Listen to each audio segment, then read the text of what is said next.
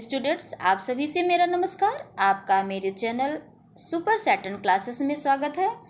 बच्चों, आज हम आपके सामने लेकर के आए हैं 7th क्लास की NCERT बुक सोशल स्टडी से अध्याय 1 के प्रश्नोत्तरों का विश्लेषण हम यहाँ पे करेंगे। आपके जो पाठ का नाम है 1000 वर्षों के दौरान हुए परिवर्तन की पड़ताल। यह जो 7th स्टैंडर्ड के बच्चे होंगे अपने नोटबुक में ज़रूर लिखेंगे, तथा जो बच्चे कॉम्पिटिटिव एग्ज़ाम की तैयारी कर रहे हैं उनके लिए भी बहुत ही ज़रूरी है, क्योंकि जितने भी कंपटीशन एग्ज़ाम होते हैं और इतिहास, नागरिक शास्त्र, भूगोल से जो भी क्वेश्चन बनाए जाते हैं वो 6 to 10th लेवल के सोशल स्टडी से बनाए जाते हैं। तो वो भी यदि इसे देखेंगे ध्यानपूर्वक तो उनके भी काम की बहुत बड़ी चीज़ है। तो देखते चलिएगा। तो चलिए हम प्रश्नों की शुरुआत करते हैं।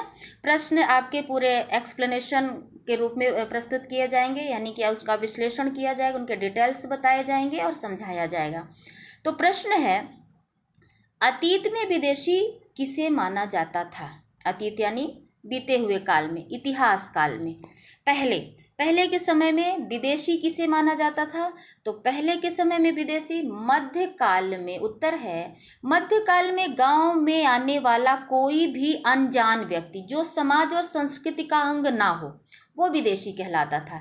ऐसे व्यक्ति को हिंदी में परदेसी और फारसी में अजनबी कहा जाता था। सुना होगा आप लोगों ने कि अरे कोई अजनबी आया है ना, कोई परदेसी आया, यानी कि जो हमारे संस्कृति और समाज से संबंधित नहीं होता था उसे ही विदेशी माना जाता था। नेक्स्ट क्वेश्चन है, सही गलत की पहचान करना है। तो सही गलत की पहचान में आपके सामने है कि सन 700 के बाद के काल में संबंध में अभिलेख नहीं मिलते थे। बिल्कुल सही, नहीं मिलते थे। इस काल के दौरान मराठों ने अपने राजनीतिक महत्व की स्थापना की, ये भी सही है। अगला जो है, कृषि केंद्रित बस्तियों के विस्तार के साथ कभी कभी वनवासी अपनी जमीन से उखाड़ बाहर कर दिए जाते थे। बिल्कुल ये भी सही है, ये भी आपका क्वेश्चन सही है, ये भी सही है। अगला क्वेश्चन जो है आपका, तो सुल्तान गयासुद्दीन बलबन असम, मणिपुर तथा कश्मीर का शासक था, ये है आपका गलत है। ये बिल्कुल क्वेश्चन गलत है। एक बार इनके उत्तर अलग से दिए गए हैं, 3 आपके सही हैं, बाकी गलत हैं। ठीक, अब आगे चलते हैं, खाली स्थान भरेंगे हम। तो खाली स्थान में दिया हुआ है, अभिलेखागारों में रखे जाते थे, क्या रखे जाते थे? दस्तावेज। इसमें दस्तावेज रखे जाते थे, दस्तावेज रखे जाते थे। चलिए, यहाँ आपको स्पष्ट ना दिखता हो, अभी हम समझा देते हैं, ओरल ही समझाते हैं, सुनने का प्रयास करिएगा। तो यहाँ दस्तावेज रखे जाते थे। ब्लैंक स्पेस 14वीं सदी का एक इतिहासकार था। कौन था? जियाउद्दीन बर्नी 14वीं सदी का एक इतिहासकार था। नेक्स्ट आपका जो दिया है, अगला देखते हैं। अगला दिया हुआ है कि डैश 1 2 3 4 एंड 5 डैश दिए हुए हैं, इनमें पूछा गया है, और इस उपमहाद्वीप में इस काल के दौरान लाई गई कुछ नई फसलें थी। तो कौन कौन सी नई फसलें थी? आलू, मक्का, मिर्च, चाय और कॉफ़ी। तो देखिएगा, पहले का जो उत्तर आया उसमें दस्तावेज है, दूसरे का जो आंसर है आपका जियाउद्दीन बर्नी था, और कौन सी फसलें बाहर से आई थी वो उस काल के दौरान? तो वो था आलू, मक्का, मिर्च, चाय एंड कॉफ़ी। चलिए, इस तरह से आपके क्वेश्चन कंप्लीट हो गए। अब नेक्स्ट की ओर चलते हैं। इस काल में हुए प्रौद्योगिकीय परिवर्तनों की तालिका बताइए। तो इसको किस रूप में प्रस्तुत किया गया है वो देख लीजिएगा। 700 से 1750 के बीच 1000 वर्षों में अलग अलग समय पर नई प्रौद्योगिकी का विकास हुआ, जैसे सिंचाई में रहड़, कताई में चरखे और युद्ध में आग्नेय शास्त्रों, बारूद वाले हथियारों का प्रयोग शुरू हो गया। तो ये परिवर्तन हुए थे उस काल में प्रौद्योगिकी के निर्माण के रूप में, ये देखा गया। नेक्स्ट क्वेश्चन चलिए देख लेते हैं। इस काल के दौरान हुए कुछ मुख्य धार्मिक परिवर्तनों की जानकारी दें। तो धार्मिक परिवर्तन कौन कौन से हुए थे वो देख लेते हैं। हजारों वर्षों के दौरान धार्मिक परंपराओं में कई बड़े परिवर्तन आए। लोगों में दैविक आस्था, व्यक्तिक स्तर पर और सामूहिक स्तर पर था। हिंदू धर्म में नए देवी देवताओं की पूजा, राजाओं द्वारा मंदिरों का निर्माण और पुरोहितों का महत्व बढ़ा, जो ब्राह्मण हुआ करते थे। इस काल में भक्ति आंदोलन का प्रारंभ हुआ, जो कि कर्म कांडों के आलोचक थे। इस काल में 7वीं सदी में इस्लाम और 16वीं सदी में ईसाई धर्म का भी भारत में प्रादुर्भाव हुआ। ये हुआ आपका आंसर। अगला देख लेते हैं।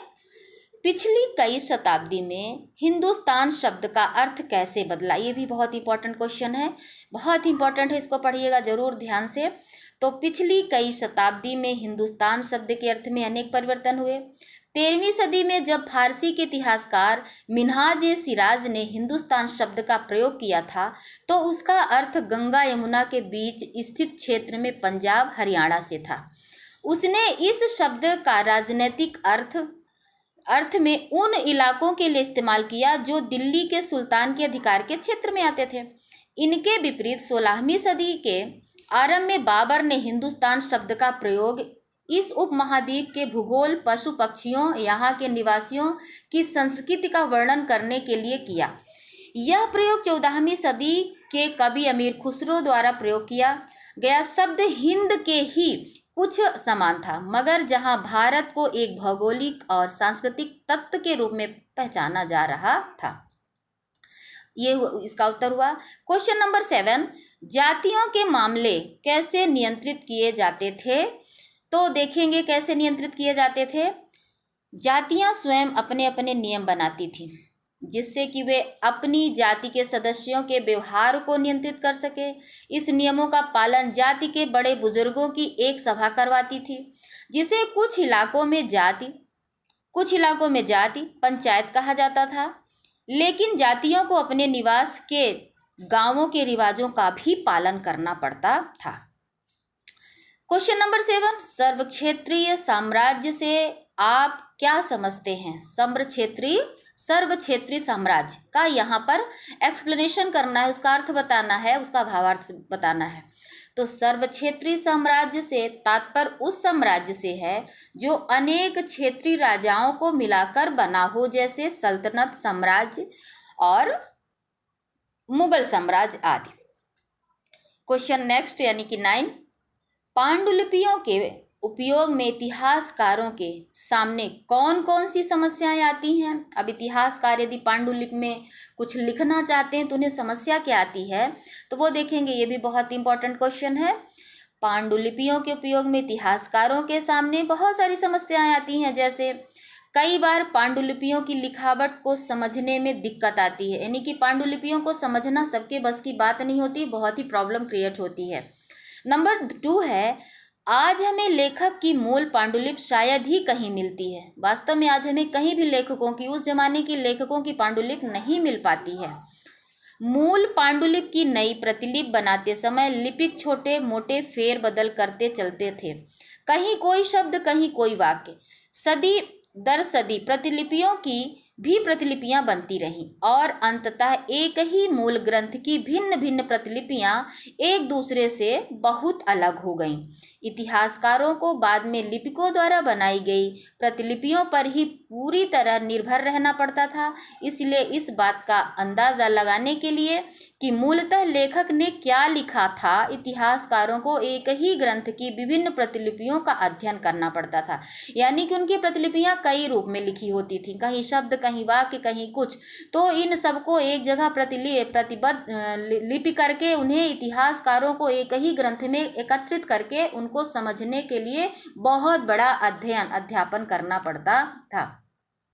अगला क्वेश्चन है, इतिहासकार अतीत को कालों या युगों में कैसे विभाजित करते हैं? क्या इस कार्य में उनके सामने कोई कठिनाई आती है? तो देखिए, अधिकतर इतिहासकार आर्थिक तथा सामाजिक कारकों के आधार पर ही अतीत के कालखंडों की विशेषताएं तय करते हैं। इन आधारों पर इतिहास को प्राचीन, मध्य और आधुनिक कालों में बांटा गया है। कालक्रम को विभाजित करते समय इतिहासकारों के सामने यह समस्या उत्पन्न होती है कि वे किस महत्वपूर्ण घटना के बाद कालक्रम का विभाजन करें। यह ऐसी समस्याएं उनको आती हैं। अब अध्याय में दिए गए मानचित्रों अथवा मानचित्र की तुलना उपमहाद्वीप के आज के मानचित्र से करें, यानी कि पहले का मानचित्र और आज के मानचित्र से। आपके बुक में दोनों मानचित्र दिए हुए हैं, उनकी तुलना आपको करना है। तुलना करते हुए दोनों के बीच जितनी भी समानताएं और असमानताएं मिलती हैं उनकी सूची बनाएं। तो यहाँ पे हम आपके सामने सिर्फ सूची दे रहे हैं, सिर्फ सूची दे रहे हैं। आपको क्या करना है कि आप को हमने जो PDF भेजा हुआ है उसी से आप वर्तमान काल का भारत और अतीत काल का भारत दोनों में से आपको समानताएं असमानताएं सर्च करनी है। मानचित्र 1 अरब भूगोलवेत्ता अल इद्रासी ने 1154 में बनाया था। मानचित्र 2 एक फ्रांसीसी मानचित्र ने 1720 में बनाया था। दोनों में क्या आया कि भूगोलवेत्ता जो अल इद्रीसी ने पहला मानचित्र कब बनाया था? 1154 में। दूसरा मानचित्र किसने बनाया? एक फ्रांसीसी मानचित्रकार ने 1720 में बनाया। दोनों मानचित्र में कुछ समानता और असमानता है। तो पहले समानता देख लेते हैं, क्या समानता मिलेंगी। इस मानचित्र में वर्तमान स्थिति की भांति भारतीय उपमहाद्वीप को दर्शाया गया है। इस मानचित्र में कुछ जाने पहचाने नाम भी हैं, जैसे कन्नौज, सूरत आदि। कन्नौज, सूरत आज भी मिलते हैं।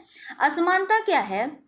अल इद्रीसी के नक्शे में दक्षिण भारत उस जगह है जहां हम आज उत्तर भारत खोजते हैं, और श्रीलंका का द्वीप ऊपर की तरफ है। जगहों के नाम पर अरबी में दिए गए हैं।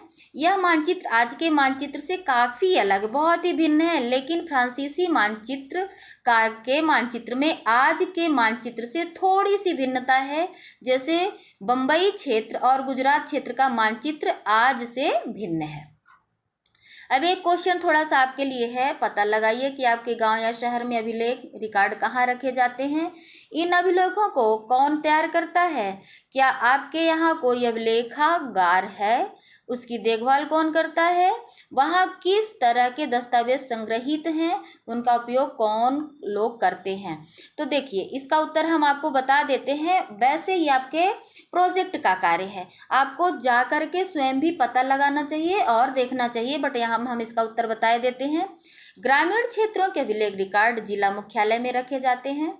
इन अभिलेखों को विभिन्न विभाग के कर्मचारी तैयार करते हैं तथा शहरों के अभिलेख नगर निगम कार्यालयों में रखे जाते हैं, और ऐतिहासिक अभिलेख को अभिलेखागारों में रखा जाता है।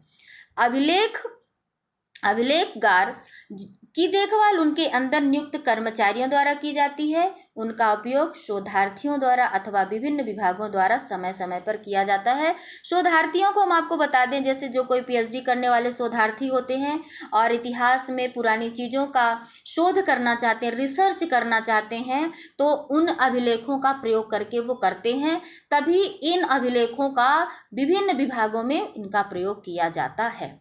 इस तरह से आपके प्रश्नोत्तर एक सरल और सहज शब्दों में समझाया गया है। आप इसे कॉपी में ज़रूर लिखिएगा, समझिएगा, पढ़िएगा और लगातार भी लर्न करने का प्रयास करते रहिएगा। वीडियो को अंत तक जरूर देखना था और लिखना था, और यदि आपने देखा और लिखा तो आपको बहुत बहुत धन्यवाद। Thank you so much.